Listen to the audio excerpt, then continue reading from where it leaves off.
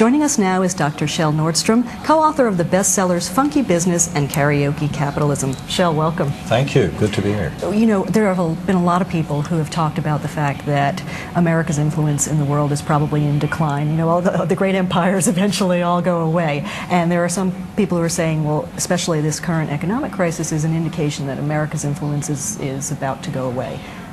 I suspect you disagree. Yes, can you talk a little bit about that? Yes, I do have another opinion on that one. And yes, it's true that all other empires have slowly but surely faded away. The Roman Empire, the Ottoman Empire, the British Empire, what have you.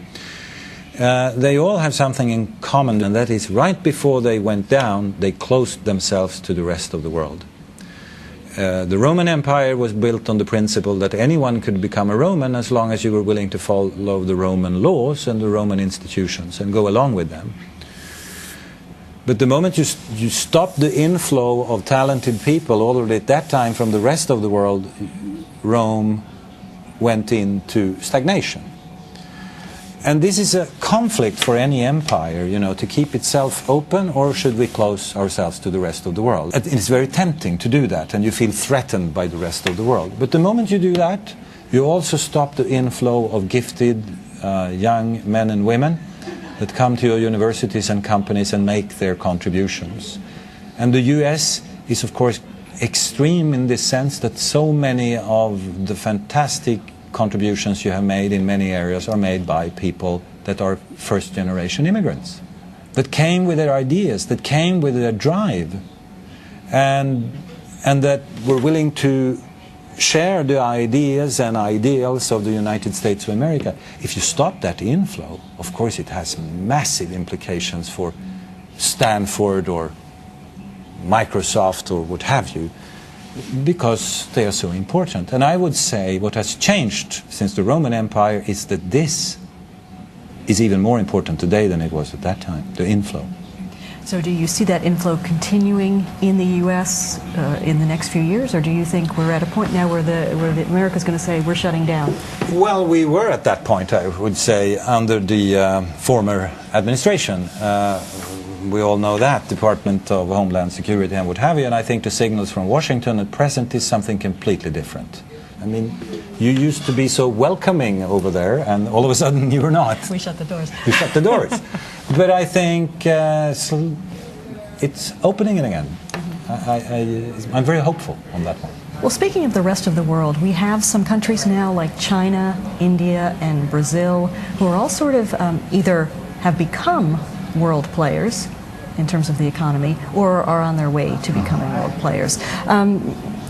What do you see as next for them? They are very different, those countries, from each other, Brazil and India and China and Russia. They struggle with their own problems, and they have particularities in their history that makes them very, very different from each other. However, one thing they have in common, and that is that they are struggling with an unbelievably uneven distribution of wealth, education.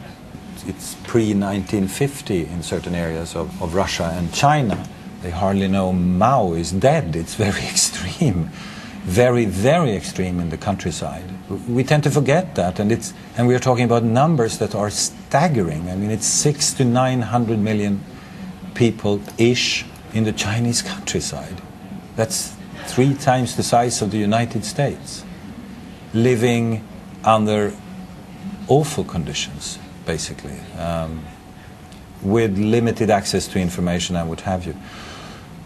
Now, we know from history that when you develop a city, a country, a region, if you do not distribute the wealth in some way that can be accepted by the whole population, you will have unrest and problems.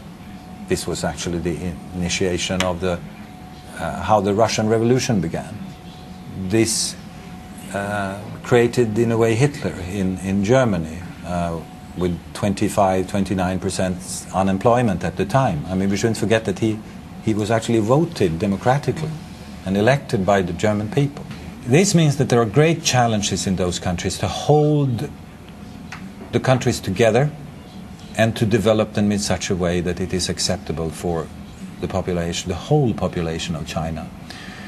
What are your thoughts about Africa, and where does the future lie for that continent? A few years ago, it was popular to say that we are exploiting the third world. We are not. We are not doing anything with the third world. That's true. That's the truth. We don't do anything. We don't trade with them.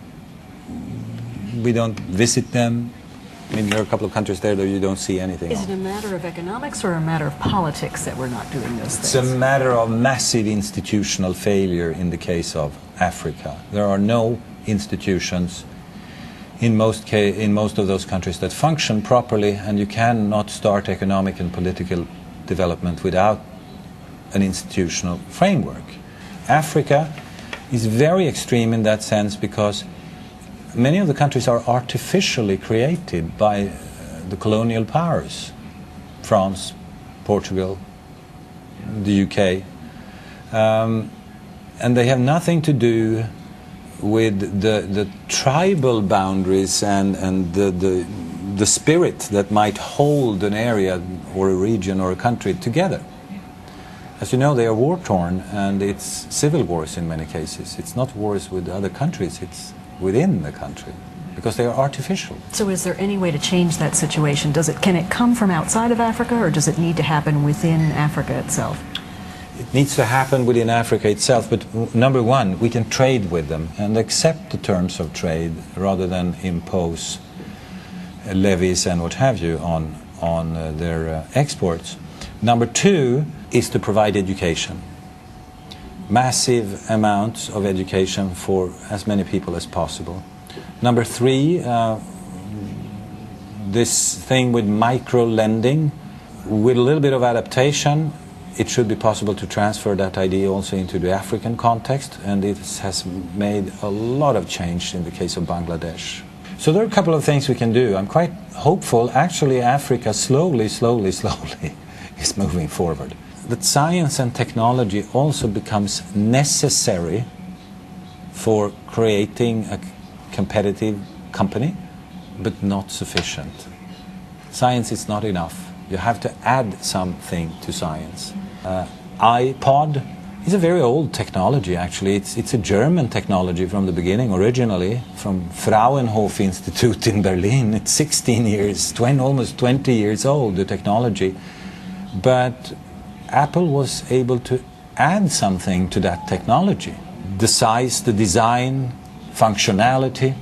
I mean, it shows that even this technological breakthrough that those chips were at the time, it's not enough. And I also think that points in a very particular direction. It points at you and me, the human being, as the key to success in our time, not the technology. Great. Well, Kjell, thank you so much for being with us and for sharing some very visionary insights. Thank you.